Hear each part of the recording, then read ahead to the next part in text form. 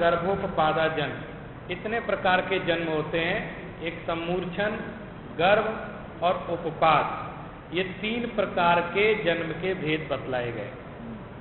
फिर कह रहे हैं उन जन्म की आधार भूमियां कौन कौन सी हैं। तो सचित्त, शीत, समृता, सेतरा, मित्राश्चैक शस्त्र द्योनिया। जब जहां जिस सूत्र में इतर शब्द आ जाए तो हमको समझ लेना चाहिए कि उसका जस्ट हमको उल्टा भी उतना ही लगा लेना। सचित्त, तो सचित्त के साथ चित्त शब्द जोड़ लेंगे, अचित्त जोड़ लेंगे। शीत है तो उष्ण जोड़ लेंगे, समृद्ध है तो विवृत जोड़ लेंगे। ये 3 और इन 3 से उल्टी एक एक करके मिश्र, फिर मिश्र, ऐसे करके क्रम से मिली हुई 3 सचित्त, अचित्त, फिर उनको आपस में मिला देना। पहले 3, फिर उसके बाद मिश्र, फिर उसके बाद उन सबको आपस में अलग अलग भी हैं, फिर मिश्र भी। तो समृद्ध, विवृत, ऐसे करके 9 प्रकार की योनियां हों। नाम याद हमको 3 रखने हैं, सचित्त, शीत और समृद्ध, बाकी के हमको 6 बना लेने, मिला जुला के उसको बना लेना। ये सम्मूर्छन आदि जन्मों की योनियां हैं। सचित्त, समृद्ध, विवृत, ये जितनी भी योनि हैं, ये जन्म की आधार भूमियां हैं, जहाँ से जन्म होता है।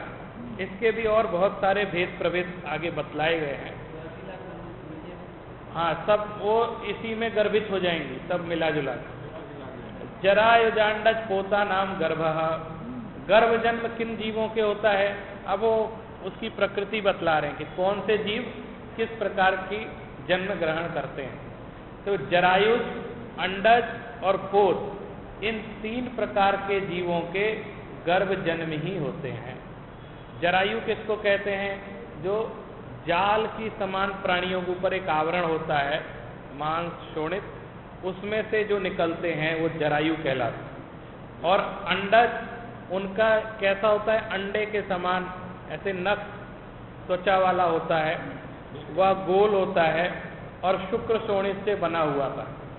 और पोत कहते हैं बिना आवरण के पूरे हुए हैं और योनि से निकलते ही हलन चलन डुलन करने लगते हैं, ऐसे जन्म को पोतज जन्म कहते हैं।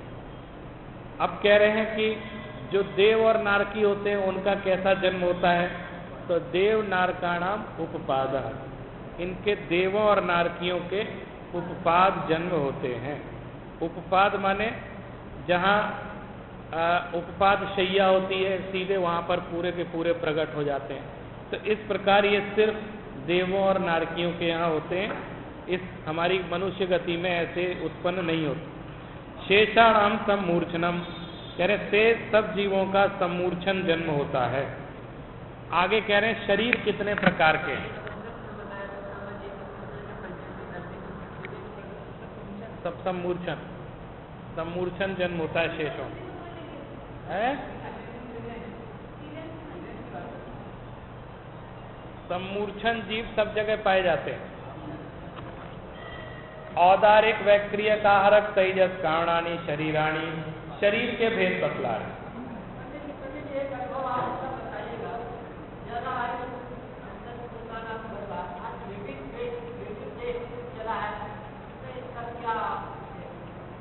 ये उस समय नहीं चला था ना,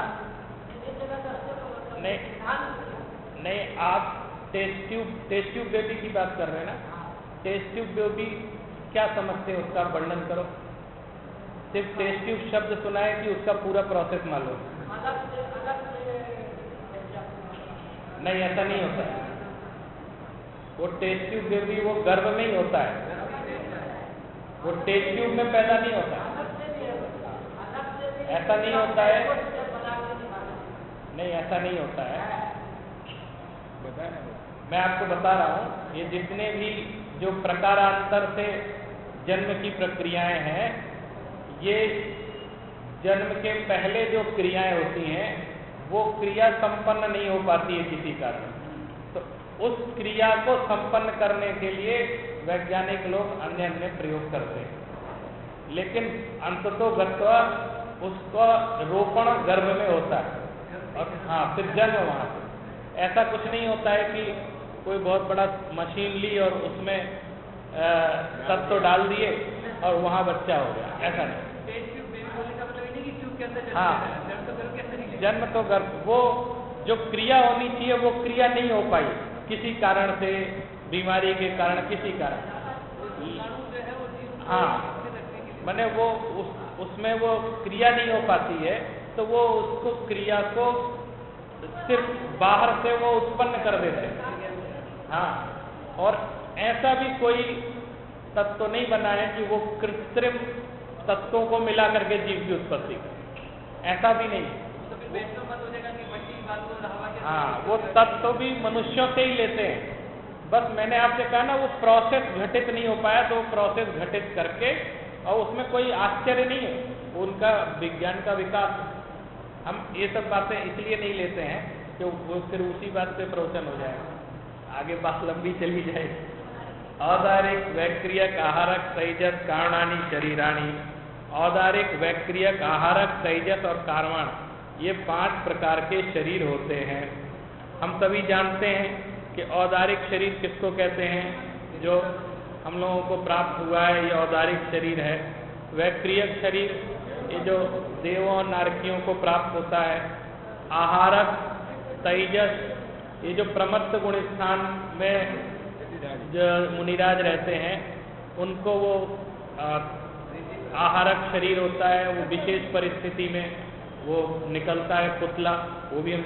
और एक तैजस शरीर भी है, यह जो दीप्ति का कारण बनता है, तेज का कारण बनता है, ये तैजस शरीर कहलाता है। और एक होता है कारमाण शरीर। कारमाण शरीर हमेशा लगा ही रहता है और सभी के साथ बना रहता है, क्योंकि कर्मों से, हाँ, कर्मों से निर्मित है वो, तो वो कारमाण शरीर है। अगर वो कारमाण शरीर नहीं मानेंगे तो ऐसा हो जाएगा कि एक जगह से दूसरी जगह शरीर धारण किया तो ऐसा लगा मुक्त हो गया, फिर जा करके वो शरीर धारण कर लिया, तो कारमाण तो रहेगा ही रहेगा, और बाकी के ऊपर से और शरीर उसको धारण कर लेते हैं। परम परम सूक्ष्म। अब इन्हीं शरीरों के बारे में बता रहे हैं कि ये शरीर इंद्रिय क्यों नहीं जान पाते, इन शरीरों को इंद्रियों से क्यों नहीं देख पाते, सूक्ष्म है। आगे आगे के जो शरीर हैं वो उतने ही सूक्ष्म शरीर हैं। प्रदेश तो असंख्य गुणम प्राग तैजसात, करें प्रदेशों की अपेक्षा तेजस शरीर से पहले के शरीर असंख्यात गुणे हैं। उसकी वो माप बता रहे हैं कि आगे आगे के शरीर उत्तरोत्तर सूक्ष्म है, तो प्रदेशों की अपेक्षा भी क्या है, सही है, आगे आगे हीन है, तो कह रहे नहीं, तो बात उल्टी है, दिखाई नहीं देते, लेकिन प्रदेशों की संख्या असंख्यात गुणे होते हैं।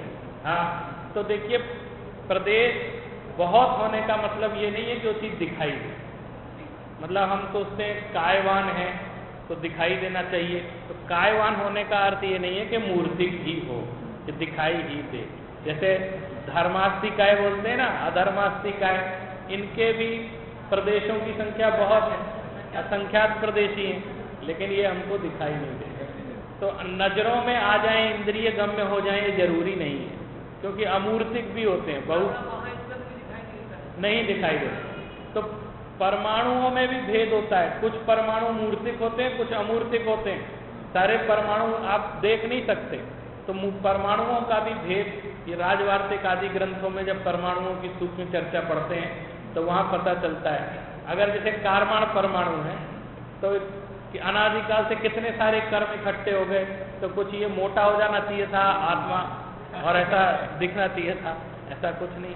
तो ये देखिए, उसकी यथा स्थिति विद्यमान है और सब कुछ है, और कर्म रूपी पर्वत बोलते हो, ऐसा बोलते हैं ना, कर्म भूभृताम, पर्वत है और दिखाई देता नहीं, जाने कैसी बात है। तो बोले ऐसा कर्म परमाणु है जो इकट्ठा बहुत होता है, स्कंद बन गया, सब हो गया, लेकिन दिखाई हम लोगों को नहीं। हाँ, तो तेजस शरीर से पहले के जो शरीर हैं वो असंख्यात गुणे हैं, अनंत गुणे परे। तेजस और कारमाण शरीर में जो प्रदेशों का प्रमाण है वो बाकी के 2 शरीर अनंत गुणे प्रदेश वाले हैं।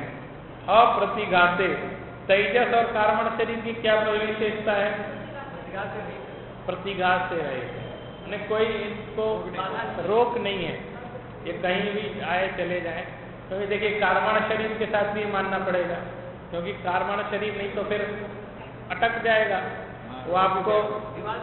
हाँ, जो आधुनिक विज्ञान है उसमें बहुत लोग प्रयोग करते रहते हैं आत्मा को पकड़ने का। वो कहते हैं अगर आत्मा है तो इसको थोड़ा सा हम लोग पकड़ लें, तो वो कोशिश करते हैं, उनकी विशेषता है कि कोशिश जरूर करते हैं। तो कई तरह से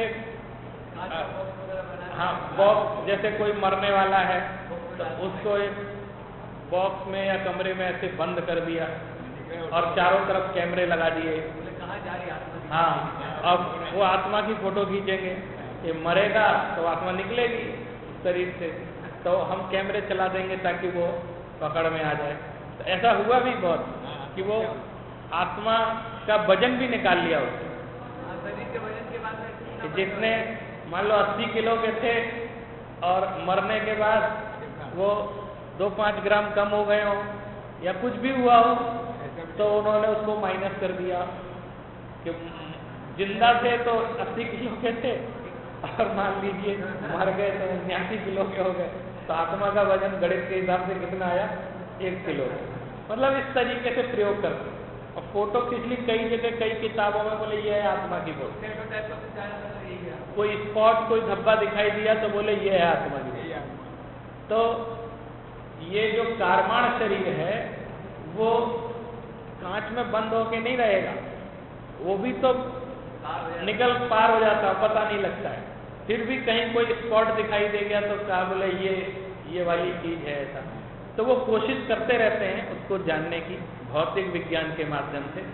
लेकिन आत्मा के साथ सबसे बड़ी समस्या ये है कि वो इंद्रियों से नहीं जानी जाए, वो अतीन्द्रिय ज्ञान का विषय है, तो उसके लिए बाहर नहीं अंदर देखना पड़ेगा, तब उसका भान हमको होगा। और आत्मा दिखाई देने का मतलब क्या है? आत्मा का अनुभव। दिखाई माने आँख से दिख जाएगी ऐसा नहीं, आत्मा हमारे अनुभव का विषय बने, इसलिए वो सूक्ष्म कहलाते हैं, अप्रतिघाते। ये औदार्य शरीर के चोट लगा, कार्बन शरीर की तकलीफ कैसे है? वो तो मुद्दा है। कार्बन शरीर नहीं, चैतन्य से जुड़ा हुआ है ना वो भी। हाँ, चैतन्य से जुड़ा हुआ है कार्बन शरीर, उसमें भी उससे उसका अनुभव होता है कार्बन से। भाई निमित्त की अपेक्षा से जब हम कथन करते हैं तो कार्बन शरीर ही तो, वो कर्म ही तो दुख दे रहा है जीव को। कर्मों पे आरोप लगा देते हैं ना कि कर्म दे रहे हैं, तो कर्म वही उसको भी मानना पड़ेगा कि उसके कारण दुख हो रहा है, सुख और दुख की उत्पत्ति हो रही। तो जो हमारे ये जो शरीर है जिसको हम लोग औदारिक शरीर कहते हैं, इसको भी तकलीफ होती है, तो वहाँ तक पूरा मैसेज पहुँचता है, उसको भी संवेदना होती है।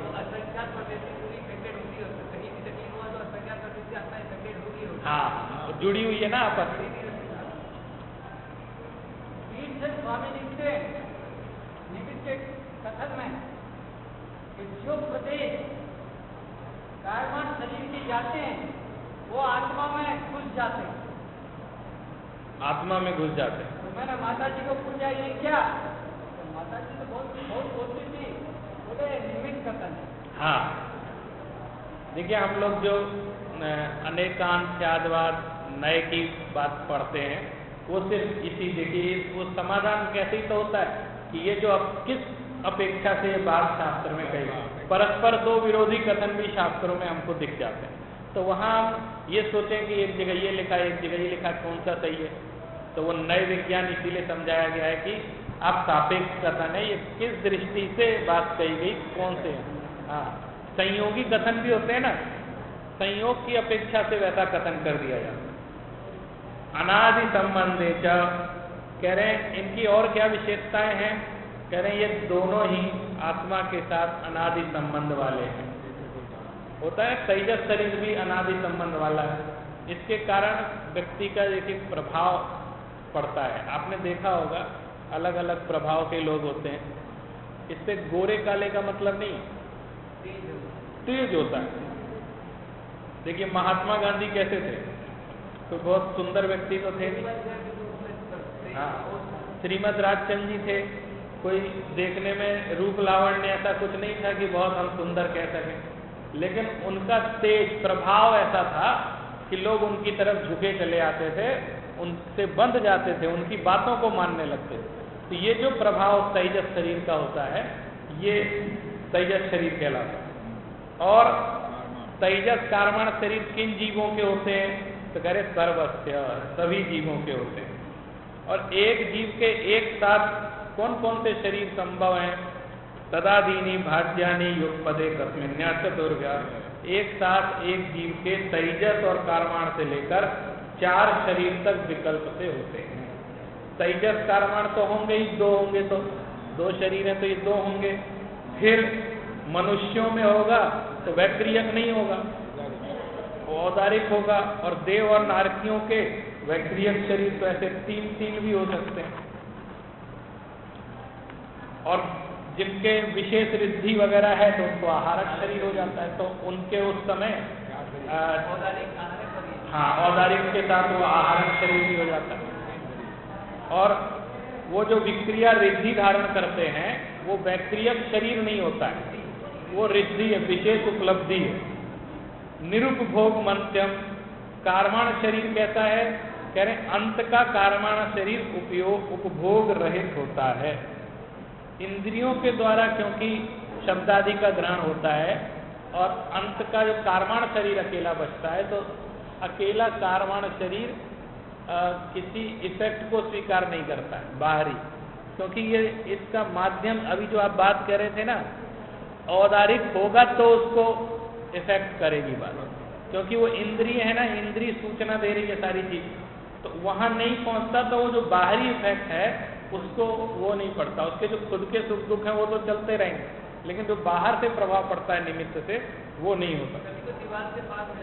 हाँ, चोट लग जाती है, चोट लग जाती है।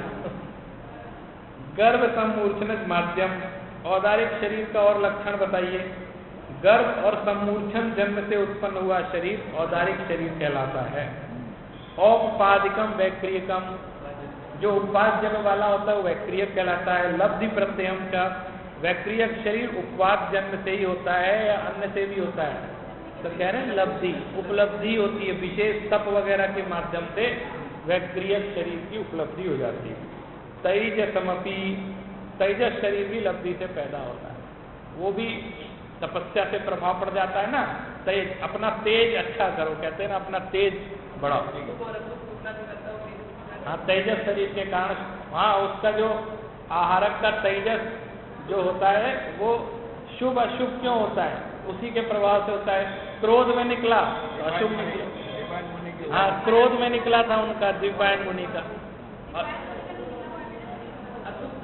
अशुभ था, तेज था लेकिन अशुभ था, वो भस्म कर देगा किसी को जला के। और जो इनको निकला था शंका, एक शंका करके निकलता है, विष्णु कुमार मुनि वाला भी शुभ नहीं था। हाँ, नहीं, वो भले ही वो मतलब रक्षा के भाव से था, लेकिन वो जो शंका समाधान के लिए निकलता है वो ही शुभ होता है। हाँ, मैं ऐसे बोलता हूँ जैसे कोई हथियार है, बंदूक है, तो वो शुभ है कि अशुभ है? भले ही हमारी रक्षा करती है, दुश्मन को मारती है, लेकिन वो शुभ नहीं कही जाएगी, क्योंकि जो शस्त्र होता है अगर वो बना है तो किसी न किसी का नाश करेगा, किसी का उद्धार नहीं करेगा, चाहे वो दुश्मन का करे चाहे अपना करे, किसी का करे। हाँ, जो शुभ है वो शंका समाधान तत्व ज्ञान के लिए है। आहारक शरीर उनका निकला था ना, वो जो ऊपर जा करके शंका समाधान करके आए थे, मुनि का निकला था, कथा में आता है कहीं पर।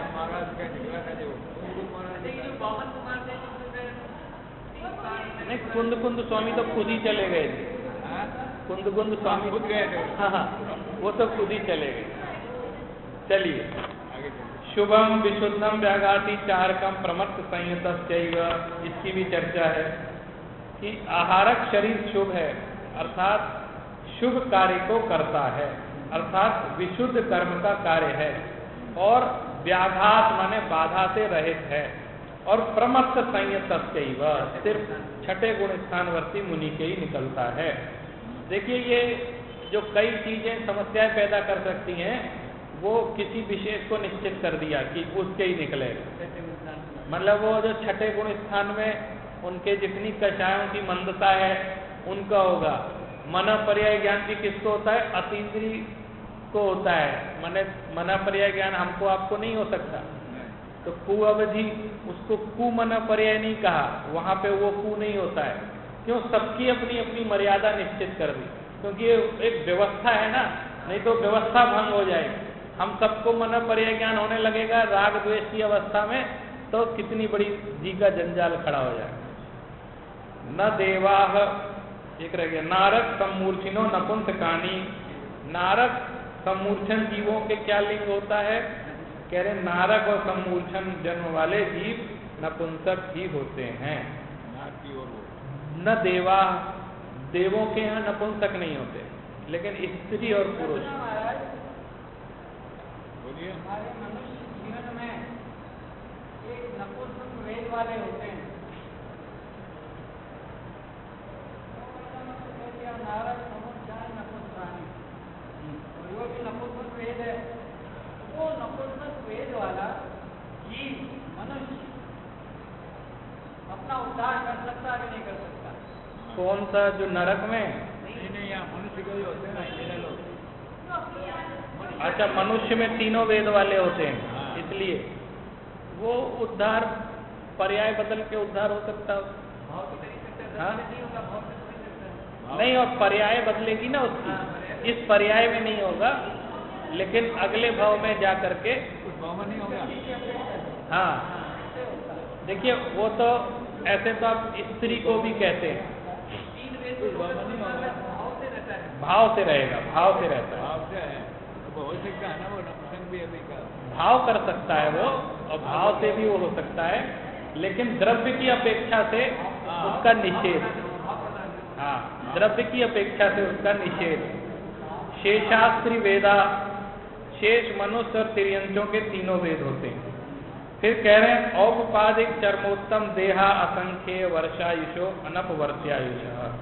उपपाद जन्म वाले, चर्मोत्तम देह वाले, असंख्यात वर्ष की आयु वाले जीव अनपवर्त आयु वाले होते हैं। माने इनका अकाल मरण नहीं होता है। कहीं कहीं कुछ अपवाद है, किसी का हो जाता है वो किसी कारण से, लेकिन उसको नियम नहीं माना है। वो कह रहे हैं उनका जन्म कैसा होता है? बोल दिया अनंत सिद्धों पे वेद नहीं होता, और अनंत भगवान तो यहाँ वेद तो मौजूद है ना, लास्ट में जाएगा फिर वेद है, महावेद नहीं होगा, फिर वेद तो ही है। क्या कह रहे हैं? द्रव्य वेद हो गए बोलिए, फिर से बताइए। अनंत भगवान, सिद्ध भगवान का कोई सवाल ही नहीं। अनंत भगवान के तो काय योग में काय वेद है। हाँ, भाव वेद उनका अलग हो गया ना, इसलिए पुरुष पर्याय में है वो वेद होता है, लेकिन जो वेद से भी रहित हो गए ऐसा बोलते हैं, वो भाव की अपेक्षा से बोलते हैं। भाव वेद नहीं, वो तो द्रव्य वेद है ना, वो तो जब तक शरीर है तो वो रहेगा, वेद रहेगा।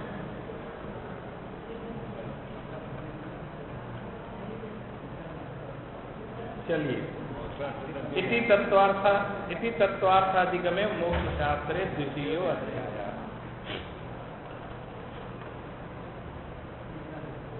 अब हम लोग तीसरा अध्याय प्रारंभ कर रहे हैं, और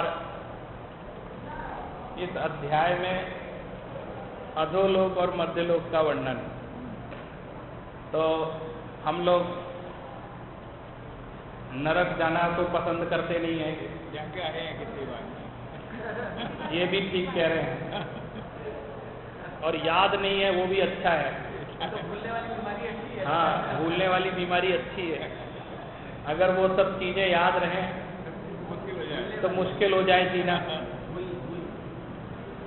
आप देखो, याद करने की कोशिश, नारकी जीव याद करा करा के लड़ते हैं और लड़वाते हैं। चलिए इसको भी हम लोग थोड़ा जल्दी जल्दी ले लेंगे क्योंकि नाम गिनाए हैं अकेले, ज़्यादा उसके वर्णन में जाने की आवश्यकता नहीं है। रत्न शर्करा बालुका पंक धूम तमो महातमा प्रभा भूमियो घनाम्बुकाताकाश प्रतिष्ठा सप्तोधारा सप्ताधोधा। एक बार मैं ये चाहता हूँ ना कि हम लोग इसका अर्थ तो सामान्य है, सिर्फ नाम गिनाए हैं, उसमें ज़्यादा गहराई में जाना नहीं, वो करना नहीं, उसका विषय बहुत लंबा होता है। एक बार आप इसका उच्चारण करना सीख लीजिए। हम जब खुद भी पाठ पढ़ते हैं ना तत्वार सूत्र का, तो मैं देखता हूँ उच्चारण प्रॉपर नहीं हो पाता है। एक मैं बोलता हूँ सूत्र, आप उसको दोहरा ली, फिर उसका सामान्य अर्थ लेंगे, फिर अगला सूत्र बोलेंगे तो उसको मेरे साथ साथ आप दोहरा लीजिए, ठीक है? बोलिए, मैं बोल रहा हूँ। रत्न शर्करा बालुका पंक धूम तमो महातमः, यहाँ तक बोलिए। शर्करा बालुका पंक धूम तमो महातमः प्रभा भूमयो घनाम्बुवाताकाश प्रतिष्ठा सप्ताधोधा। ये नरक की जो भूमियां हैं उनके नाम हैं। रत्न प्रभा, इसमें प्रभा जो शब्द है वो सबके साथ लगेगा। एक अंत दीपक बोला जाता है कि अंत दीपक है, यानी लास्ट में रख दिया, मतलब सब में उसके साथ उसको जोड़ करके लगा। रत्न प्रभा, शर्करा प्रभा, बालुका प्रभा, पंक प्रभा, धूम प्रभा, तमा प्रभा, महातमा प्रभा, ये भूमियां सात हैं और क्रम से अधोअधा नीचे नीचे हैं। जो पहली बोली वो ऊपर है, बाकी की नीचे नीचे करके आकाश के आधार से वाताकाश, घनाम्बु वाताकाश प्रतिष्ठा। कैसे कैसे कैसे हैं? कह रहे हैं घनोदधि वात वलय, घन वात वलय और तनु वात वलय और आकाश इसके आधार से टिकी हुई हैं, क्योंकि वो एक वात वलय उनको घेरे हुए है। तासु, मैं इसको थोड़ा तोड़ के पढ़ता हूँ, इसको भी आप पढ़ेंगे। एक जहां तक मैं पढ़ रहा हूँ उसको दोहराना है और उंगली रखेंगे, नहीं तो गड़बड़ हो जाएगा। संख्या है ना, तासु त्रिंशत पंचविंशति पंच दश दश त्रि पंचोनैक। बोलिए।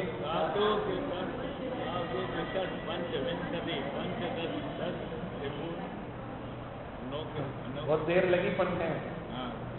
तासु त्रिंशत पंचविंशति पंच दश दश त्रि पंचोनैक।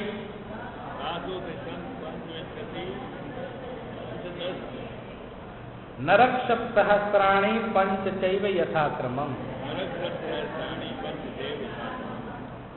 इन सब के बता दिए किस स्थान पे क्या क्या कितने उनके बिल होते हैं।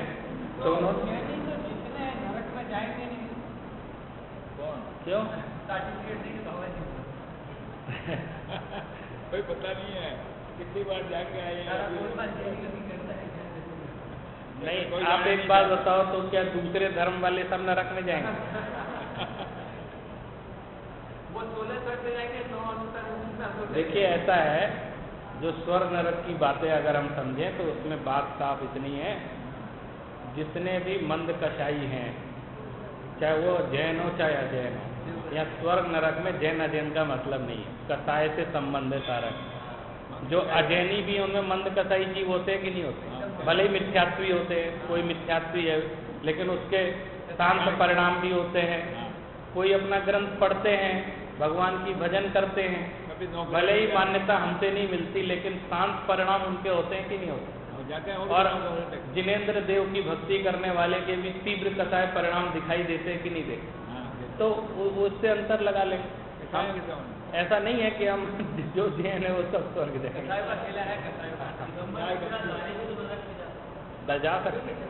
जा सकते कषाय से अपने कर्मों से जा सकते हैं। सब भावों का खेल है, सिर्फ द्रव्य से काम नहीं चलेगा।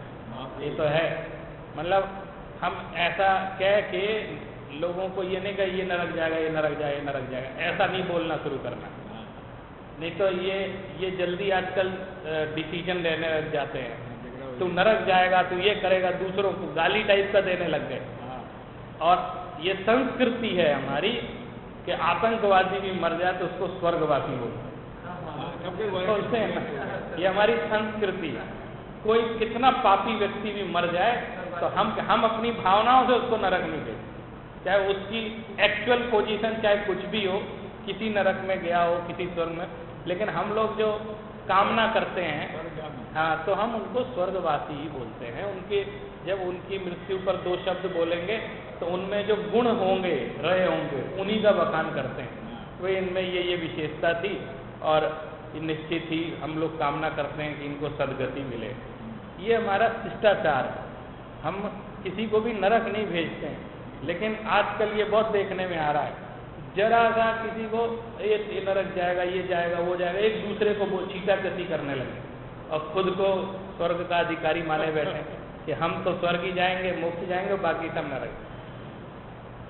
ये प्रकारांत की बड़ी महत्वपूर्ण बात है। मैं आपसे कह रहा हूँ, एक ऐसे समझाने के लिए बोल रहा हूँ। देखिए, जो रात्रि भोजन नहीं करता है और जो करता है, उसमें क्या अंतर है? इतने ही अंतर है, एक करता है, एक नहीं करता है। लेकिन जो नहीं करता है उसको ऐसा लगता है कि जितने रात्रि भोजन वाले सब नरक का, परिणाम, हाँ, सब जाने क्या है, मतलब वो, और देखता भी वो उसी नजर से, जाने इनसे ज्यादा पापी कोई नहीं है। अब वो करने लग जाए तो उसको कुछ महसूस नहीं होता, अरे क्या है, तो इसमें क्या परिणाम, माने किसी भी छोटी सी बात को इतना बड़ा इशू बना देना। मैं आपसे कह रहा हूँ, कोई व्यक्ति प्रतिदिन पूजन प्रक्षाल करता है, तो वो जो करता है तो करता है, जो नहीं करता उसको महापापी मानता है कि इससे ज्यादा पापी कोई नहीं। तो ये जो दृष्टि उसके अंदर विकसित हो रही है ना, वो क्या कर रहा है, वो नहीं कर पा रहा, लेकिन वो इस काम को उचित मानता है कि करना चाहिए, वो कर रहे हैं, तो वो तो अपने भाव अच्छा रखे हुए हैं। और ये जो कर रहे हैं वो जो है दूसरों को नरक भेज भेज करके अपने काम खराब करते हैं। तो ये हमको अपनी संस्कृति से भी सीखना चाहिए कि हम हर एक व्यक्ति को भगवान बोलते हैं, तुम भी भगवान हो, तुम भी भगवान हो, सबको भगवान बोलते हैं और सबको स्वर्ग भेजते हैं, किसी को नरक नहीं भेजते। तो ये संख्याएं गिनाई कि रत्न प्रभा भूमि में 30 लाख बिल हैं, तासु 63 माने 30, लास्ट में 30 बता रहे हैं ना, और लास्ट में शत सहस्राणी, शत माने होता 100 हजार, 100 हजार माने लाख। इस शब्दों में अंकों को कैसे कहा जाता है, इसकी ये कला है। शत सहस्राणी, उन सबके साथ लाख लाख शब्द जोड़ लेना। तो रत्न प्रभा भूमि में 63 और शर्करा भूमि में 25 और बालुका प्रभा में 15 माने 15 लाख और पंख प्रभा में 10 लाख और धूम प्रभा में फिर 3 लाख और तमह प्रभा में 95, 5 कम 1 लाख। एक देखिए, जब किसी में उतनी लंबी संख्या नहीं बोलनी है, 5 कम 1 लाख कितना हुआ, तो आपको पूरा वो 9 करके बताना पड़ेगा। तो उन्होंने कहा 1 बोल दो, उसमें 5 कम बता दो। एक कौन भी बोलते ना, 1 कम इतना, तो ये कितना सरल होता है बोलना। तो और इसी तरह फिर पंचचैव, महातम प्रभा में 5। अब ये 5 संख्या इन्हें बाद में लिखी, क्योंकि वो लाख नहीं है ना, तो उन्होंने पहले इनको नरक शब्द सहस्राणी बोल दिया, फिर बोल दिया पंचचैव, और 5 वाला लास्ट वाला जो महातम है वो 5, उसमें 5 प्रकार के बिल होते हैं, 5 बिल ही होते हैं। एक इस पुस्तक में थोड़ा सा अशुद्ध भी छपा है, जो आप लिए हुए, जो सूत्रार्थ लिखा है ना, तो उसमें बीच में एक जगह 20 लाख लिखा है, तो ये 20 लाख कोई बिल नहीं होते, उसमें आप लोग सुधार कर लेना। ये शायद वही किताब है ना, माता जी वाली। हाँ, बता रहा हूँ, इसमें कहीं हिंदी में गलत छप गया है, वो 20 लाख शब्द एक जगह छपा है सूत्रार्थ में, तो वो 20 लाख है नहीं, उसको तो अब मैंने गलती से टाइप हो गया, सुधार। फिर कह रहे हैं ये जो नरक में रह रहे हैं इनकी क्या विशेषताएं हैं। अब मैं देखो आपसे एक निवेदन करना चाहता हूँ, नरक तो हमने आपने देखा नहीं, अभी ध्यान नहीं है, मतलब देखा तो है, ध्यान नहीं है। तो अब आप इन सूत्रों को जरा सा आज के वातावरण में जोड़ कर देखिए। आज के वातावरण, नार का नित्या शुभतर लेश्या परिणाम देह वेदना विक्रिया।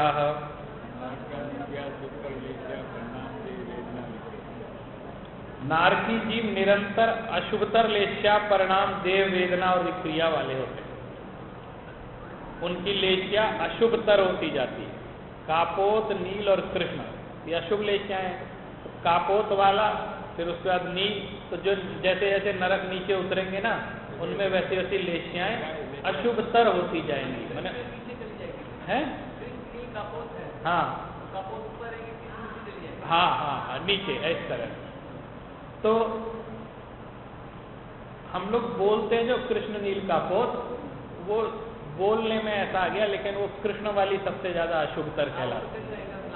हाँ, वो लास्ट में आती है। मैंने बोलना हमको ऐसा दिए कृष्ण नील कापोत, नहीं कापोत नील कृष्ण, वो उधर सही जा रहा है। हाँ, वो सीधी जा रही है। इसको पढ़ने से ये बात समझ में आती है कि देखो कृष्ण वाली तो लास्ट में जाती है।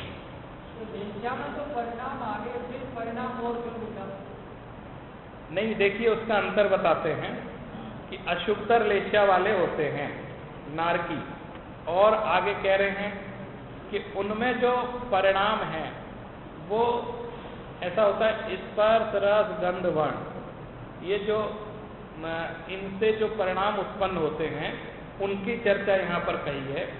जैसे वहाँ पे क्या करते हैं कि ठंड लग रही है तो वो उष्ण जो है, उष्ण पदार्थ मिलेगा तो हम तुरंत पकड़ना चाहते हैं ना, तो वो भ्रम खड़ा होता है कि उष्ण मिल रहा है। फिर उधर जाते हैं तो उष्ण ना मिलकर और शीत मिलता है स्पर्श की अपेक्षा।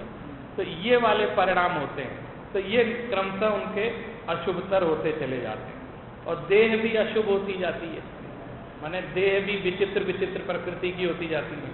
और वेदना भी अशुभ से अशुभ होती चली जाती है। और इसी प्रकार विक्रिया भी, जो उनकी विक्रियाएं होती हैं वो अपनी जो शरीर बढ़ा घटा लेते हैं, और वो अशुभ और मतलब वो और बढ़ता चला जाता है। जैसे इतने में विभत्स है, अगले नरक में इतना बड़ा विभत्स लगेगा और विभत्स। तो इस तरीके से उनमें अशुभतर लेस्याएं होती हैं। कहने का मतलब है पहले नरक की अपेक्षा जो 7वां नरक है वो अशुभतर है हर चीज के मामले, माने वो मैक्सिमम वहां तक व्यक्ति चला जाता है। जैसे कहते हैं ना, स्त्रियां अधिक से अधिक 6ठे नरक और पुरुष जो है 7वें नरक तक जाते। परिणाम बहुत बढ़िया लिखा। वो कह रहे हैं परिणाम गंध और वर्ण है। बिल्कुल बिल्कुल वही। अब देखिए, ये तो चलिए अशुभ तर उनकी अवस्था हो गई। परस्परो दीरित दुखा, और क्या करते हैं, परस्पर उत्पन्न किए गए दुख वाले होते हैं, एक दूसरे को दुख उत्पन्न करते रहते हैं। ऐसा तो मनुष्य जगत में भी होता है, परस्पर एक दूसरे को दुख देते रहते हैं। संकल्प जो लगाते हैं वो नरक का कारण है। हाँ, वो संस्कार काम करते हैं ना। 5वें अध्याय में जो जीवानाम किया उसका क्या मतलब है? किसमें? 5वें अध्याय में किया हुआ है। हाँ, जीवानाम के सामने किया हुआ है, एक दूसरे के लिए सब सहायक रहते हैं। 5वें अध्याय में किया। देखिए वो जो उस समय चर्चा आएगी, मैं बताऊंगा उपकार शब्द का क्या अर्थ है। उपकार शब्द का क्या अर्थ है ये मैं उस समय बताऊंगा।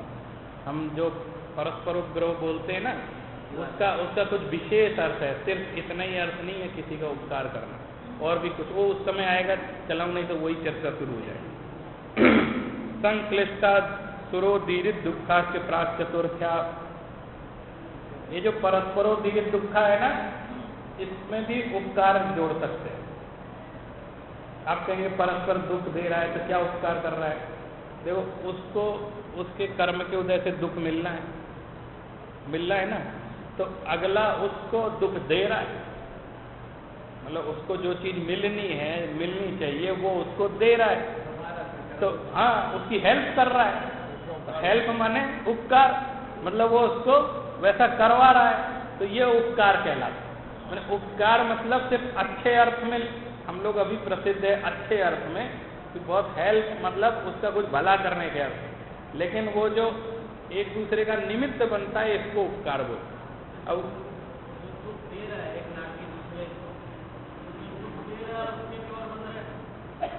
हाँ, वो सब ऑटोमेटिक व्यवस्था है। बंधेगा, उसको भी बंधेगा।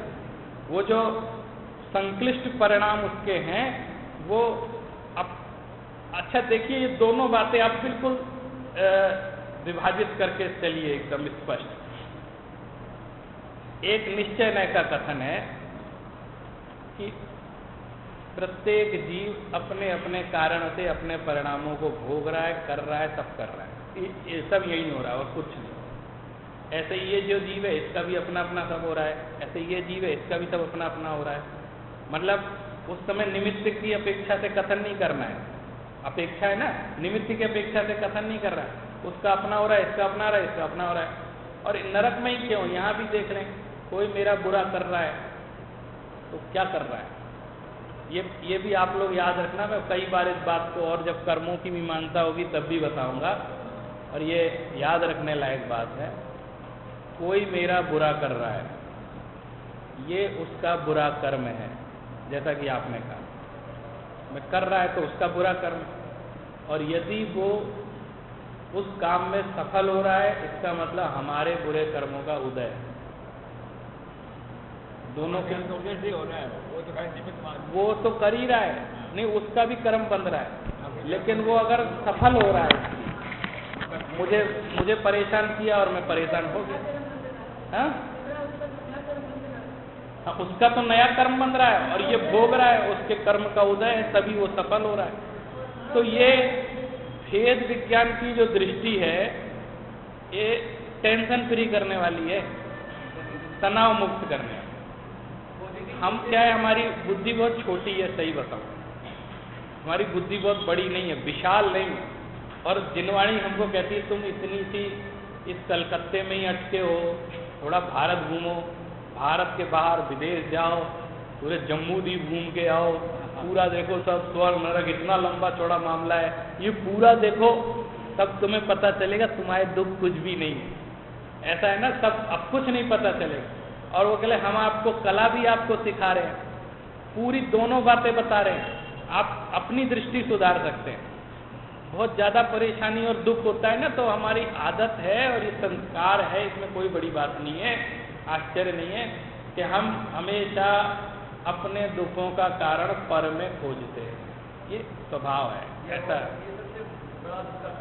हाँ, पर में देखते हैं और लगातार देख रहे हैं। हम जिस ऑफिस में काम करते हैं, हमारा अधिकारी मुझे परेशान कर रहा है, रात दिन मैं गलती नहीं करता हूँ तो भी उसका परिणाम होता है। तो अगर इतने तक ही दिमाग रहेगा हमारा तो हमेशा दुखी रहेंगे कि मैंने कोई गलती नहीं की, फिर मुझे सजा क्यों दे दी। इतने में तो सारी दुनिया हैरान है कि मैंने क्या बुरा किया था, मेरे साथ ऐसा क्यों होता है, मैंने तो इतना धर्म कर्म किया, फिर भी मेरा परिवार बिखर गया, फिर भी मेरे ये मर गए वो जी गए। ये बोलते कि नहीं बोलते? तो वो क्या है, हमारी बुद्धि उतने तक ही है कि हम उतने ही सोचते हैं, उससे ज़्यादा सोचते नहीं, माने वर्तमान पर्याय पर ही विचार कर रहे हैं। लेकिन ये हिसाब किताब का काम इतना सा है नहीं, इतने में ही अगर निपट रहा होता ना तो हम मान लेते बात। जैसे अदालत है, वो कहती इस जन्म में जो किया है उसका तो हम आपको दंड दे देंगे, लेकिन पिछले जन्म का बात हम नहीं कर सकते, उसका कोई सबूत इकट्ठा नहीं होता। इस जन्म की तो बात हम कर सकते हैं, तो वहाँ तो ये हो जाएगा हमारे साथ अन्याय हुआ सब हो जाएगा। लेकिन जो लेखा जोखा लंबा चौड़ा चल रहा है आगे पीछे का, उसका पूरा हिसाब लगाना पड़ेगा, तब हमको हमारी दृष्टि खुलेगी और बात समझ में। तो संक्लिष्टा सुरोदीरित दुखाश्च प्राक चतुर्थ्या, कह रहे चौथी भूमि से पहले तक के जितने नारकी हैं वो संक्लिष्ट असुरों के द्वारा उत्पन्न किए गए दुख वाले भी होते, अर्थात तीसरे नरक पर्यंत। प्राक चतुर्थ्या माने 4 से पहले संक्लेश परिणामी असुर जाति के देव परस्पर उनको दुख देते हैं। याद दिला कुअवधि ज्ञानी होते हैं ना, वो अब अच्छा अवधि ज्ञान होगा तो ध्यान रखेगा कि भैया इसको ये बातें मत बताओ, लेकिन कुअवधि पता भी है और वो भिड़ा रहा है वहाँ पे, भैया देखो ये इसको मान लो चुप खड़ा है, उसको मार नहीं रहा है बगल वाले को, और मान लो कुछ 2 शब्द प्रेम के बोल रहा हो तो वो आएगा, कहे किससे बात कर रहे हो तुम इतने अच्छे से, बोले ये वो ही है जो फलनवा जन्म में इसने तुम्हें उल्टा लटका के मारा था और तुम नरक आ गए थे अपने परिणामों से, फिर ये भी आ गए, वो है, तब इसको याद आएगा अच्छा ये है। तो वो जो बेचारा मान लो बात कर रहा था शांति से, तो वो भिड़ जाएंगे आपस।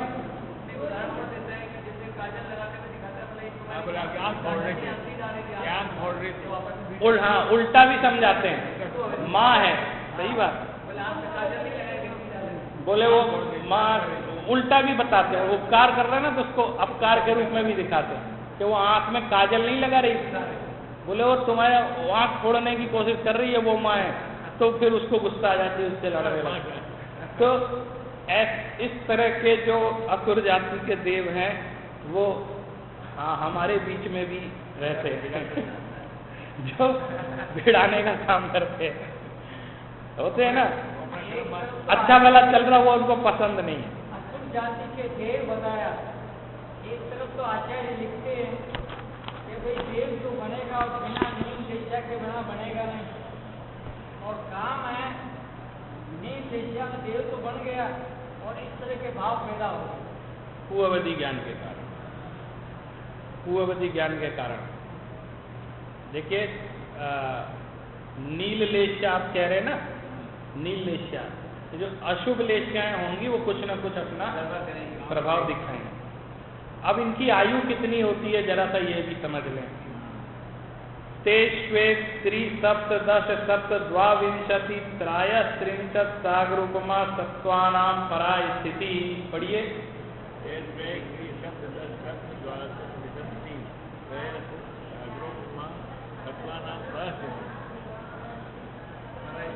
अब देखिए आपने अभी ये हमको जो सुनाई दिया, आपने विशंति पढ़ा, नहीं पढ़ा, विंशति है, हाँ विंशति में होता है, सूत्र लगातार पढ़ो ना तो कभी कभी अनुस्वार आगे पीछे हो जाता है, तो विषंति शब्द नहीं बनता, विंशति है। इसी तरह थोड़ा थोड़ा हम लोग संशोधन करते चलेंगे। तो उत्कृष्ट आयु क्रम से उन नरकों में 1 सागर, 3 सागर, 7 सागर, 10 सागर, 17 सागर और 22 सागर और 33 सागर होती है। वो क्रम से उनमें हर एक नरक में आयु के क्रम से उन्होंने यहाँ पे बता दिया। फिर आगे कह रहे हैं जम्बू द्वीप लवणोदादय शुभ नामानो द्वीप समुद्रा। अब ये थोड़ा सा ऊपर उठ गए, नरक की चर्चा यहाँ पे, हाँ वो अब बीच की बात कर रहे हैं, तिर्यक लोग जो मध्य लोग है वहाँ की बात कर रहे हैं। ये नरकों का वर्णन यहाँ पे समाप्त हो गया। जम्बू द्वीप लवणोदादया शुभ नामानो द्वीप समुद्रा। कह रहे हैं मध्य लोक में जम्बू द्वीप, लवण समुद्र आदि शुभ नाम वाले असंख्यात द्वीप समुद्र हैं। ये सब नाम कहते हैं शुभ हैं, इनका कोई ना कोई अर्थ है, तो इन शुभ नाम वाले असंख्यात द्वीप समुद्र है। द्वीप विष्कंबा पूर्व पूर्व परिक्षेपिणो बलियाकृत्य। प्रत्येक द्वीप समुद्र दूने दूने विस्तार वाले। द्वीप विष्कंबा, विष्कंबा का मतलब होता फैलाव, विस्तार कितना बड़ा है। पूर्व पूर्व परिक्षेपिणो, जो पूर्व पूर्व वाले हैं उनको घेरे हुए, और वलयाकृत्या कैसे, वलया गोल कृति में उनको घेरे हुए, जो ये वाला इसके पीछे वाले को घेरे हुए और ये वाला इसके पीछे वाले को घेरे हुए, ऐसे वलयाकृति से वहां पे उन्होंने घेरा हुआ है। और कैसे कैसे हैं, पिछले से अगला वाला और दूने विस्तार का है। तन मध्य मेरुनाभिवृत्तो योजन शत सहस्र विष्कंभो जम्बूद्वीप। जम्बूद्वीप के बारे में, उन सब द्वीप समुद्रों के बीच में नाभिर्वृत्तो माने नाभि, जैसे शरीर के बीच में नाभि होती है वैसे ही सेंटर में नाभि में वृत्तो विष्कंभ गोल 1 लाख योजन वाला, योजन शत सहस्र विष्कंभो, ऐसा विस्तार वाला जम्बू द्वीप है।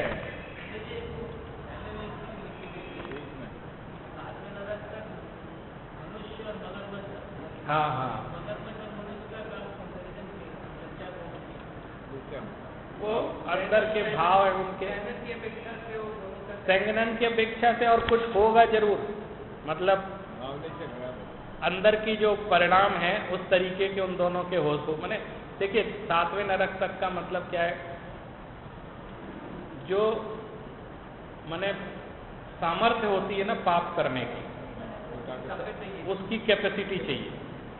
तो जैसे स्त्रियों को कहा छठे नरक तक जाएंगे, तो वो क्या है, इतनी उनमें क्षमता ही नहीं है कि वो उतना ज़्यादा पाप कर सकें। इसलिए वो मनुष्य जो पुरुष होता है वो तो 7वें नरक तक चला जाता है, मैक्सिमम है ही नहीं 7वां। लेकिन जो मगरमच्छ के साथ भी उन्होंने लिखा उसमें कि मगरमच्छ और मनुष्य ही वहाँ तक जा सकते हैं, तो कैपेसिटी की अपेक्षा संगनन उसकी अपेक्षा से पाप करने की जो कैपेसिटी है वो उनमें इतनी मैक्सिमम हो सकती है।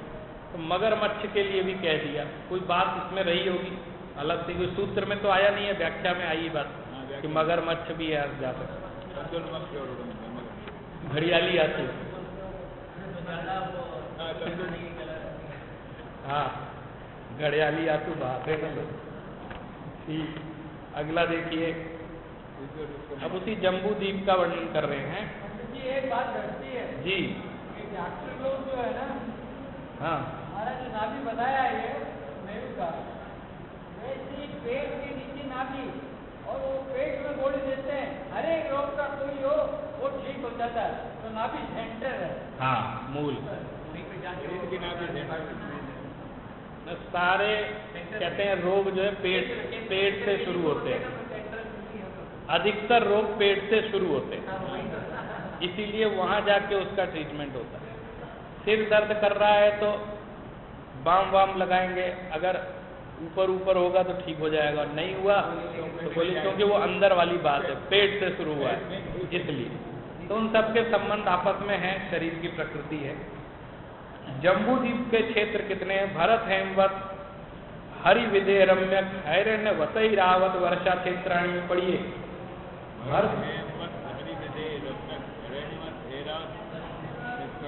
वर्षा क्षेत्राणी, उंगली रख के पढ़ेंगे तो भटकेंगे नहीं।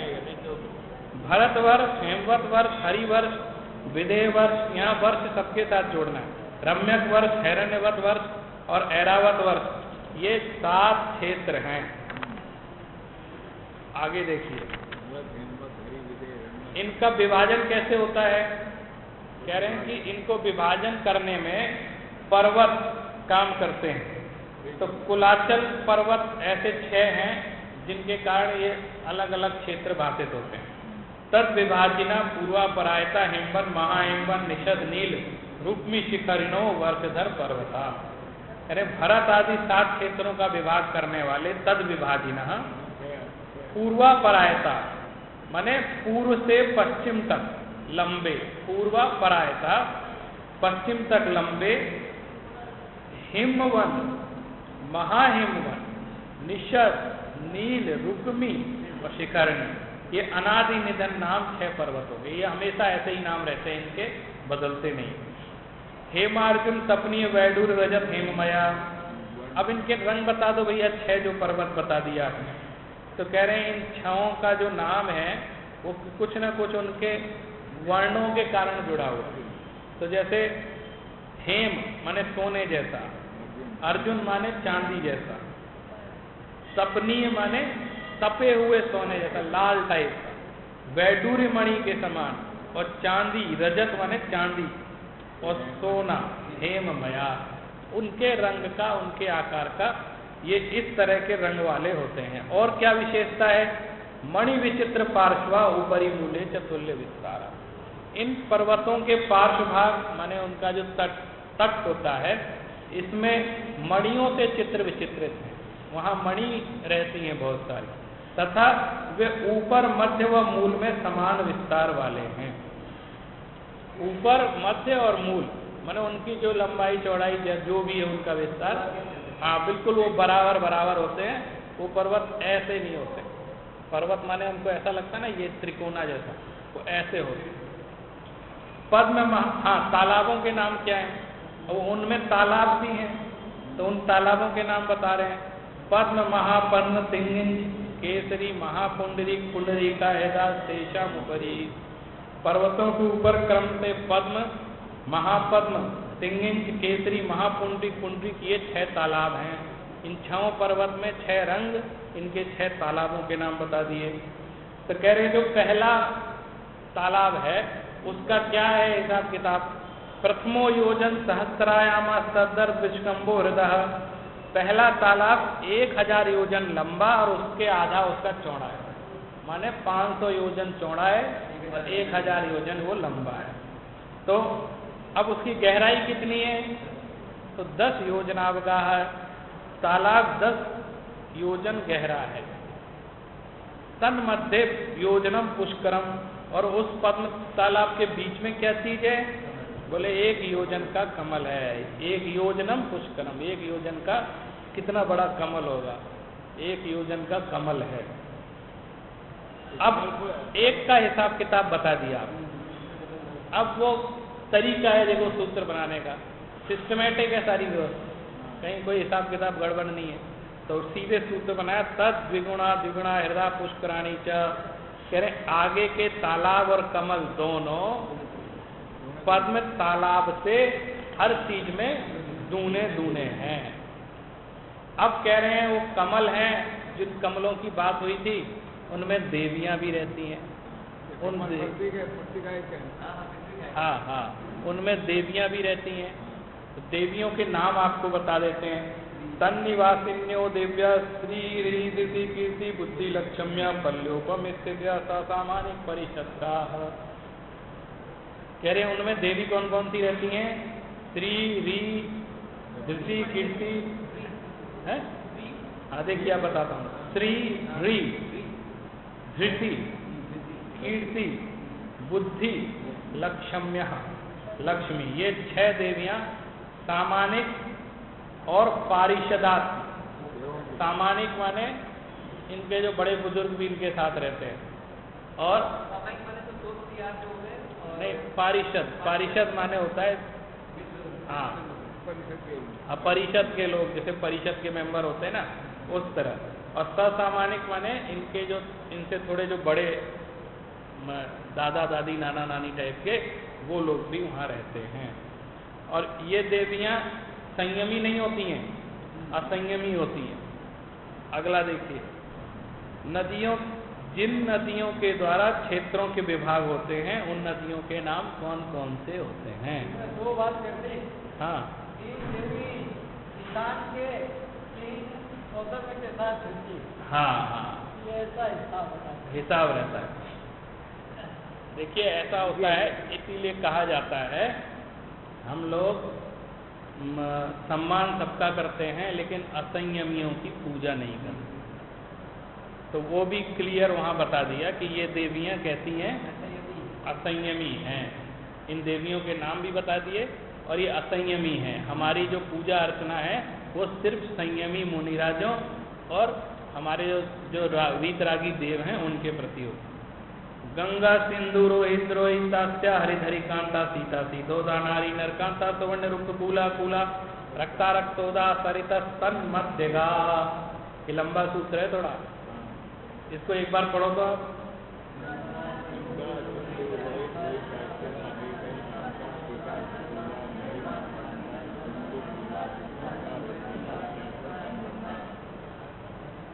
नदियों के नाम बता रहे, गंगा, सिंधु, रोहित, रोहितास्या, हरित, हरिकांता, सीता, सीतोदा, नारी नरकांता, सुवर्ण रूपकूला, रक्ता रक्तोदा। ये 14 नदियां भरतादि 7 क्षेत्रों में बहती हैं।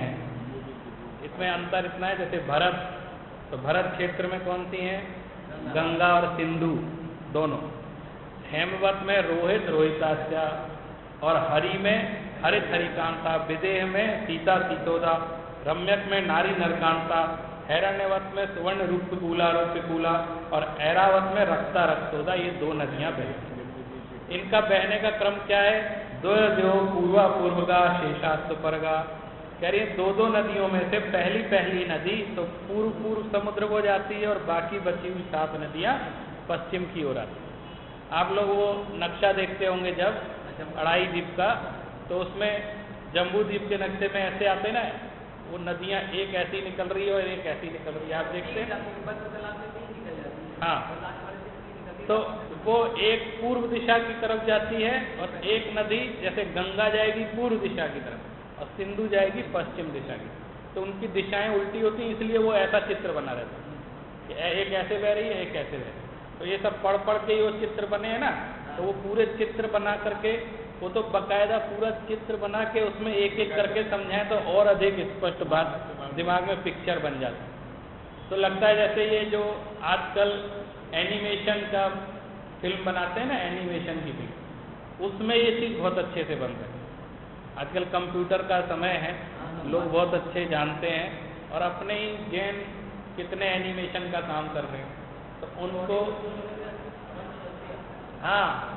और मैं नहीं बस एनिमेशन इसलिए बोल रहा हूँ मैं कि एनिमेशन में आप कुछ भी बना सकते हैं, माने कहीं से शूटिंग नहीं करनी है, वहाँ कंप्यूटर से ही सब डिजाइन बना देंगे और जिस चीज़ को विशेष दिखाना उसको हाईलाइट कर देंगे और वहाँ पीछे से उसमें कैप्शन आता रहे और उसमें प्रॉम्प्टिंग हो करके हम माने पीछे से बोल करके वो समझाते रहें, तो लोगों को एकदम स्पष्ट दिमाग में आ जाएगा। आप उसमें नदी बहाते हुए भी दिखा सकते हो, उल्टी बहा के सीधी बहा के ऐसे दिखा सकते हैं।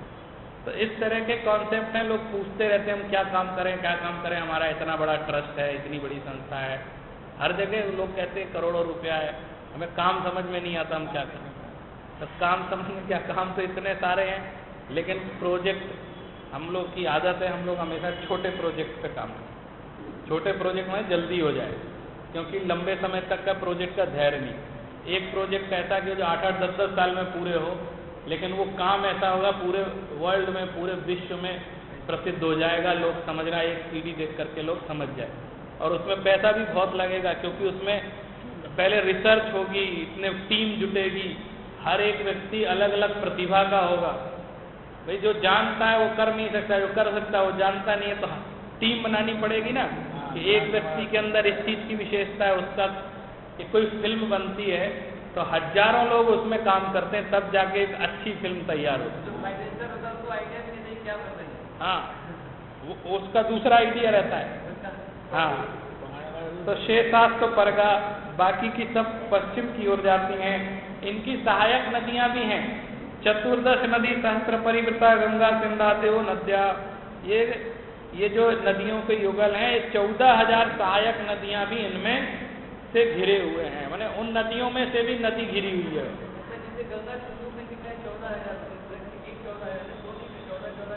नहीं, टोटल 14। हाँ, मैंने वो दोनों को मिला के बता रहे, एक क्षेत्र की बताई ना उन्होंने। फिर देखिए भरत क्षेत्र के बारे में, भरत षड्विंशति पंच योजन शत विस्तारा षट चेकोन विंशति भागा योजनस्य। कह रहे हैं भरत क्षेत्र कैसा है, 526 योजन वाला। षड्विंशति पंच योजन शत विस्तार। षड्विंशति माने क्या होता है? नहीं, अभी तो षड्विंशति 26। हाँ, फिर पंच में सूत्र से वो संख्या सिखा रहा हूँ ना। हाँ, षड्विंशति माने 26 और पंच योजन शत विस्तार। पंच माने 5, तो 5 योजन विस्तार वाला और शत विस्तार। पंच योजन शत, एक योजन के 19 भागों में से 6 माने एक योजन हुआ, तो षट चेकोन विंशति।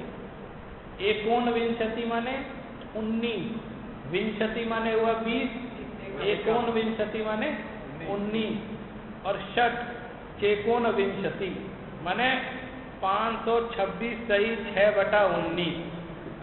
विंशति भागा बोल दिया तो उसका भाग देना है, 6 में 19 का भाग देना है। तो ऐसा कह के योजनस्य, इतना योजन। भरत क्षेत्र का विस्तार टोटल कितना हुआ? 526 6/19, ऐसा उसका विस्तार है। और ये तो आप समझ रहे हैं संस्कृत में सूत्र लिखा हुआ है, तो कुछ समझ में भी आ रहा है। ऐसी बड़ी बड़ी गणित प्राकृत में लिखी हुई है, और प्राकृत को लोग ऐसे हल्की भाषा समझते थे ना। जब ये गणित पढ़ा, गोमट तार का गणित पढ़ो, एक गाथा में दुनिया भर का गणित समझा दिया। आपको समझना हो तो समझ लो। आपको एक देखिए चमत्कार बतलाता हूँ। मैंने एक लेख भी लिखा था। जैसे उनको बहुत सारी संख्या बतानी है, अब गाथा में कैसे बताएं, तो उन्होंने क्या किया, हम लोग लिखते हैं ना क ख ग क ऐसे वर्णमाला है, तो क पे 1 नंबर डालो, फिर ख पे 2 नंबर डालो, फिर ग पे 3 नंबर डालो। तो अगर हमको 123 लिखना है तो क ख ग लिखो। आप समझ रहे, मतलब अब उनको शब्दों में संख्या बतलानी, तो वो और उसको पहले नंबर बिठा लो और क ख ग 123, अब उनको 321 लिखना है, तो हाँ फिर ग ख ग लिख दें, ग ख। अब लगाओ बुद्धि, इसका क्या अर्थ है, तो पहेली है, मतलब वो गाथाओं में बात बता दी। वो कोई मुझे ये खगक माने क्या होता है, गखक माने क्या होता है, अब डिक्शनरी में अर्थ खोजते फिरो, ना कोई अर्थ मिले ना कुछ, वो तो संख्या बतला रहे हैं। अब आपको गणित फार्मूला पता हो तो एक गाथा में पूरी संख्या निकाल के, तो पहेली जैसी है। तो प्राकृत में आप गोमटसार ग्रंथ में देखना, ऐसे कई गाथाएं हैं जहाँ पे संख्याओं को इस तरीके से बतलाया गया। तद द्विगुण द्विगुण विस्तारा वर्षधर वर्षा विदेहांता, विदेह क्षेत्र पर्यंत पर्वत और क्षेत्रों का विस्तार भरत क्षेत्र के विस्तार से दूना दूना है, ठीक डबल डबल। उत्तरा दक्षिण तुल्या, उत्तर के क्षेत्र और पर्वतों का विस्तार कैसा है, दक्षिण के क्षेत्र और पर्वतों के समान ही है, उसमें कोई अंतर नहीं है। भरतैरावत विद्धि रातौ षट्समयाभ्याम उत्तरपिंड अवसर्पणीभ्याम। तो इन क्षेत्रों में जो 2 क्षेत्र हैं भरत और ऐरावत, इसमें मनुष्य के अनुभव आयु आदि सदा समान रहते हैं और कुछ विशेषता भी होती है। तो भरत और ऐरावत क्षेत्र, पहला और अंतिम क्षेत्र, इन दोनों क्षेत्रों में उत्सर्पणी और अवसर्पणी के 6 समयों की अपेक्षा वृद्धि और ह्रास। आपको उत्सर्पणी अवसर्पणी मालूम है, जैसा उत्सर्पणी है जब उसका ठीक उल्टा लौटा देंगे तो वो अवसर्पणी, माने उत्सर्पणी अवसर्पणी के 6 भेद हैं और उत्सर्पणी के भी 6 भेद। उत्सर्पणी क्या होता है, दुख से शुरू होता है, अति दुख से शुरू होगा और सुख सुख पर खत्म होगा, और जो अवसर्पणी होता है सुख सुख से शुरू होता है अति दुख पर खत्म हो जाता है। तो ये जीवन के क्रम है, चक्र है, चलता रहता है। कई चीजें हम लोग बोलते हैं ना कि अवसर्पणी काल का दोष है, अवसर्पणी काल के कारण ऐसा हो रहा है, तो वो इसी कारण बता रहे हैं। हाँ हुंडा अवसर्पणी काल है। कई चीजें बोलते हैं हुंडा अवसर्पणी काल के दोष के कारण। चक्रवर्ती का अपमान हुआ, हाँ तीर्थंकर के पुत्री नहीं होती कभी, तो वो हुंडा अवसर्पणी काल का दोष है। हाँ है नहीं, ये सब भी आज जो जिस तरीके बातें चलती हैं ना कि बालिकाओं को सम्मान देना चाहिए, कन्या जन्म को महत्व दिया जाता है सरकार की तरफ से भी कि भ्रूण हत्या मत करो। तो अब जब अवसर्पणी काल के दोष थे, जिनके यहाँ नियम है कि नहीं होती हैं, उनके यहाँ भी पुत्री हो गई। अब वो हैं हाँ ब्राह्मी और सुंदरी, तो ये उसी समय 2 हो गई थी और वो भी तीर्थंकर के यहाँ, तो और आगे होती जाए तो इसमें क्या आश्चर्य है कि नहीं है? जबकि हमारे तो नियम भी नहीं है, उनका तो नियम है कि पुत्री होते। उनके तो नियम नहीं होनी नहीं चाहिए, हाँ तो हमारे यहाँ तो हो सकती हैं, तो उसमें क्या फिर दिक्कत। मैंने ये कह रहे हैं जो समस्याएं समाज में भी है ना, ये सब पढ़ो तो उससे लगता है कोई आश्चर्य नहीं है जो हो रहा है। ये इसमें हमको संकल्प विकल्प करने की आवश्यकता नहीं है। आपसे सच बता रहा हूँ, आप लोग प्रथमान योग भी पढ़ते हैं, पुराण वगैरह पढ़ते हैं। अब आपको अभी ऐसे संसार में अरे ये पाप बढ़ रहा है, ये हो रहा है, इसने ये कर दिया वो कर दिया, तो ऐसा लगता है ना जाने क्या मचा हुआ है। आप पुराण पढ़ो तो आपको लगेगा ही नहीं करिए तो कम हो रहा है ये जो हो रहा है आसपास वो भी, हाँ अगले ये तो कुछ भी नहीं है, बोले तो कम हो रहा है, अब तो अच्छा काल है, ऐसा महसूस होगा। बोले उस समय तो देखो जीना खाना मुश्किल हो गया लोगों का। अब राजा कोई बदल जाए तो अपने को कोई फर्क नहीं पड़ता ना, हम तो जैसे कर रहे हैं, प्रवचन हो रहा है। लेकिन अब उस समय था कोई मुगल काल शुरू हो गया, तो वो सब प्रवचन कर सकते हैं, ना कुछ कर सकते। अभी आप देखो कुवैत वगैरह में जो प्रवचन होते हैं, कुवैत में अपने जैन लोग रहते हैं ना, तो मेरा एक मित्र है वो 10 लक्षण में कुवैत जाता है। तो मैंने कहा कि वो वहाँ पूजा वूजा करने देते, मंदिर वंदिर हैं वहाँ पे? बोले कुछ नहीं, मंदिर नहीं बना सकते, कुछ नहीं कर सकते आप, इतना कड़ा कानून है उधर का। हाँ, बुत परस्ती के खिलाफ है ना, वो किसी को मंदिर, मैंने वो तो पैसा कमाने गए हैं सारे जैन, तो वो कहते पैसा कमाओ, निकलो यहाँ से, यहाँ बैठ के कुछ नहीं करना। तो चले फिर 10 लक्षण पर्व की आराधना कैसे करते हैं? एक जगह 10 दिन तक लगातार प्रवचन भी नहीं करते। ये क्या हो रहा है आपके यहाँ?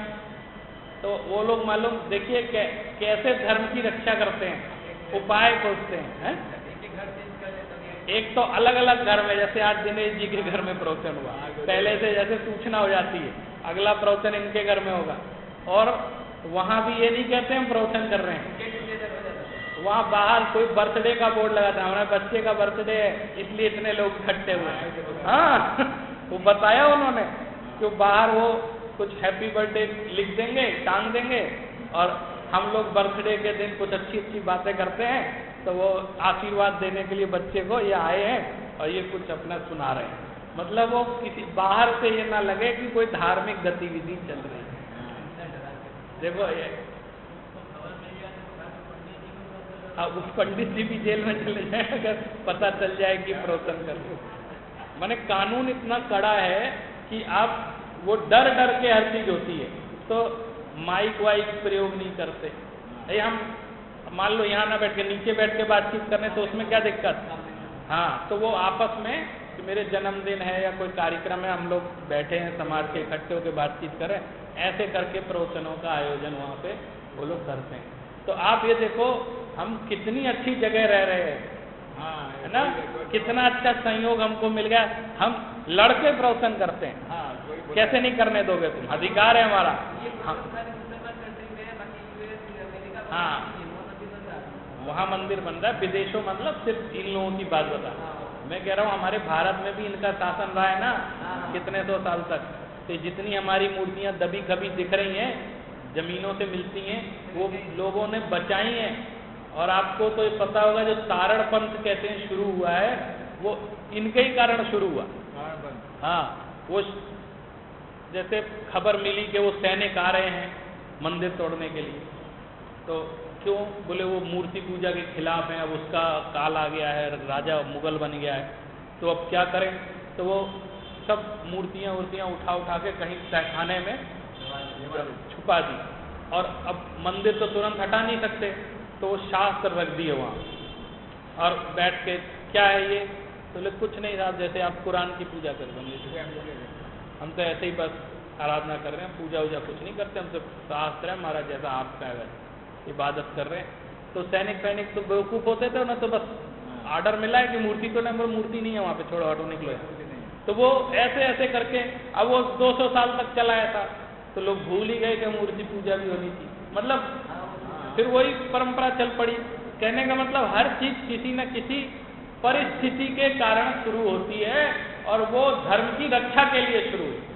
वो ये नहीं है कि आपने धर्म भ्रष्ट कर दिया, आपने धर्म खत्म कर दिया, वो किसी न किसी कारण से शुरू है। और वो बात अलग है, परंपरा की विशेषता होती है कि एक बार शुरू हुआ तो वो फिर वो कारण भूल जाते हैं, वो मूल में शामिल हो जाता है। वो तो हमारी मतलब वो प्रवृत्ति है। इसी तरह अब देखिए अगला, शेष भूमियों की अवस्था। ताभ्याम परा भूमियों अवस्थिता। भरत और ऐरावत के सिवा जो शेष भूमियां हैं वो अवस्थित हैं, उनमें काल का परिवर्तन नहीं होता है। एक द्वित्रिपल्योपम स्थितियों हेमवत कहारी वर्षक दैव कुरुब का। कह रहे हैं यहाँ मनुष्यों की आयु स्थिति कैसी है अवस्थित भूमियों में? कह रहे हेमवत, हरिवर्ष और देवकुरु के प्राणियों की आयु स्थिति क्रम से 1, 2 और 3 पल्ले प्रमाण होती है, फिक्स है। तथोत्तरा और दक्षिण के समान उत्तर में भी है। विदेहेषु संख्य काला। विदेह क्षेत्रों में जीवों की आयु की स्थिति क्या है? तो कह रहे हैं 5 विदेहों में संख्यात वर्ष की आयु वाले मनुष्य होते हैं। विदेहेषु संख्य काला। फिर उत्तर भरत क्षेत्र का विस्तार कैसा है और थोड़ा सा बता दीजिए। तो कह रहे हैं भरतस्य विष्कंभो जम्बू द्वीपस्य 90 शतभागा। अगर आपको ऐसे समझना है तो जितना जम्बू द्वीप है ना उसका 90 शतभागा 190वां भाग कर दो तो भरत क्षेत्र का विस्तार समझ में आ जाएगा। द्विधातकी खंडे, धातकी खंड द्वीप में कि क्या क्या है तो कह रहे हैं धातकी खंड में क्षेत्र तथा पर्वत आदि जम्बू द्वीप से दूने दूने हैं, जितने यहाँ है उससे दूने दूने हैं। और पुष्करार्ध, क्या पुष्करार्ध में भी उतने ही है। अब पुष्कर को अर्ध क्यों बोलते हैं? पुष्कर द्वीप को मानुषोत्तर पर्वत बीच में है। मानुषोत्तर नाम इसलिए क्योंकि मनुष्यों की गति वहीं तक है, उस पर्वत से पार वो लोग नहीं जा पाते। प्राण मानुषोत्तरान मनुष्य, मनुष्य लोग कहाँ तक है तो कह रहे हैं मनुष्योत्तर पर्वत से।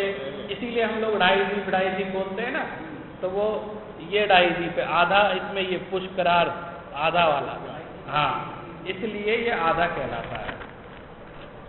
आर्य म्लेच्छास्य, मनुष्य दो प्रकार के होते हैं, एक आर्य और एक म्लेच्छ।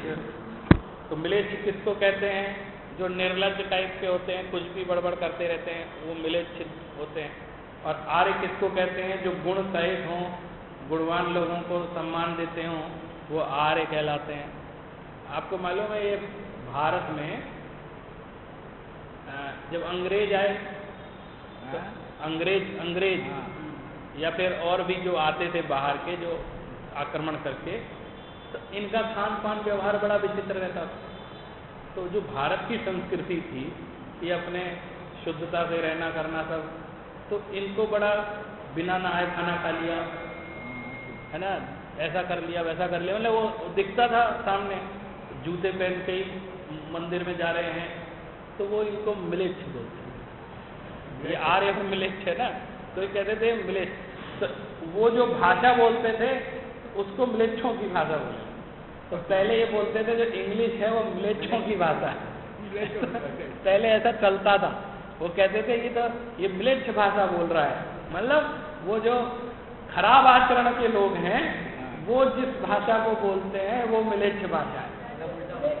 हाँ, वो लोग बोलते थे ना, तो वो उनको ऐसा किसी व्यवहार का ज्ञान नहीं रहता था, बड़े उद्दंड टाइप के होते थे, तो कहते थे म्लेच्छ। और हम लोग सब आर्य हैं। भारत को पहले आर्यावर्त नाम था यहाँ का, आर्य।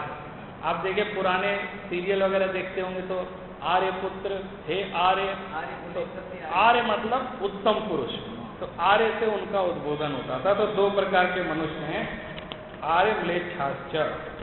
भर्तैरावत विदेहा कर्म भूमि और अन्यत्र देवकुरुत्तर कुरुभ्या। कर्म भूमि के बारे में बता रहे, देवकुरु और उत्तर कुरु के सिवा भरत, ऐरावत और विदेह ये सब कर्म भूमियां हैं, यहाँ पे कर्म होते हैं। निस्थिति परावरे त्रिपल्योपमांतर मुहूर्ते, कह रहे हैं कर्म वो भोग भूमियों में इनकी आयु कितनी है मनुष्यों की? निस्थिति माने मनुष्यों की स्थिति, परावरे त्रिपल्योपमांतर मुहूर्ते, कह रहे हैं मनुष्यों की उत्कृष्ट स्थिति 3 पल्य और जगह। आज ये को इन्होंने बहुत ऊंचा लिया, मुनिराजों को लिया, वो ले लिया, तो हम लोग आज है कि नहीं? आ रहे हैं ना उत्तम गुण के।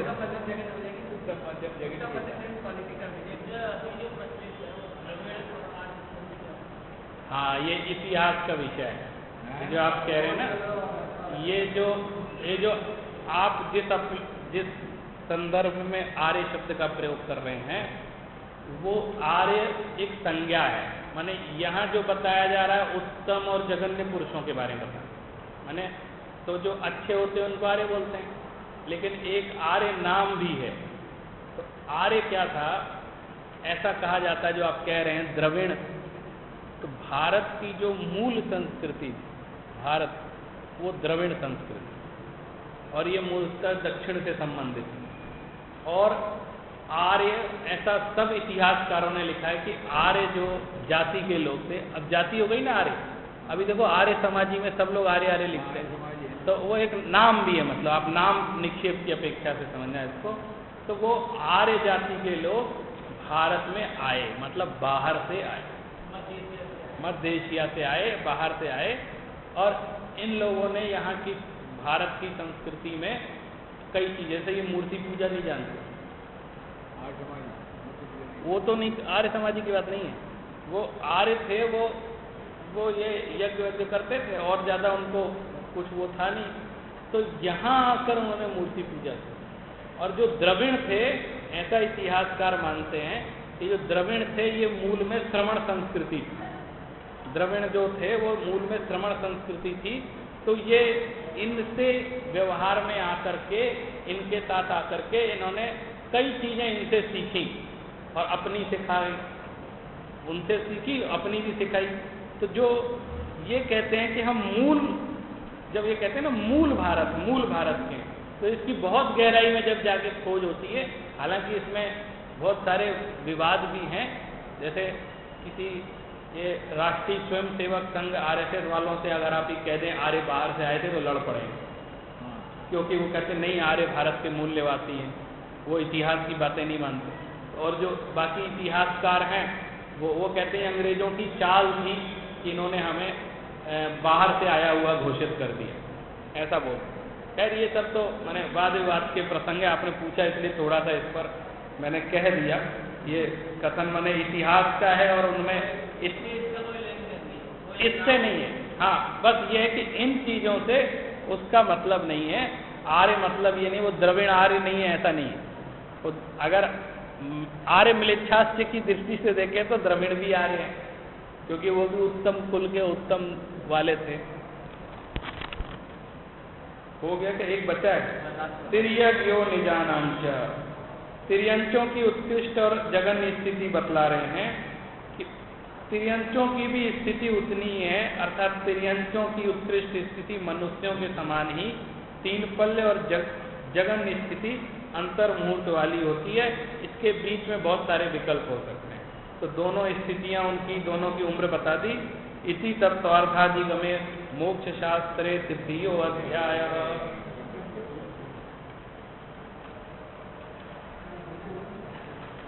आज वो 2 अध्याय हो गए ना एक साथ जुड़ के, इसलिए थोड़ा सा लंबा हो गया। ते तुझे लोकालो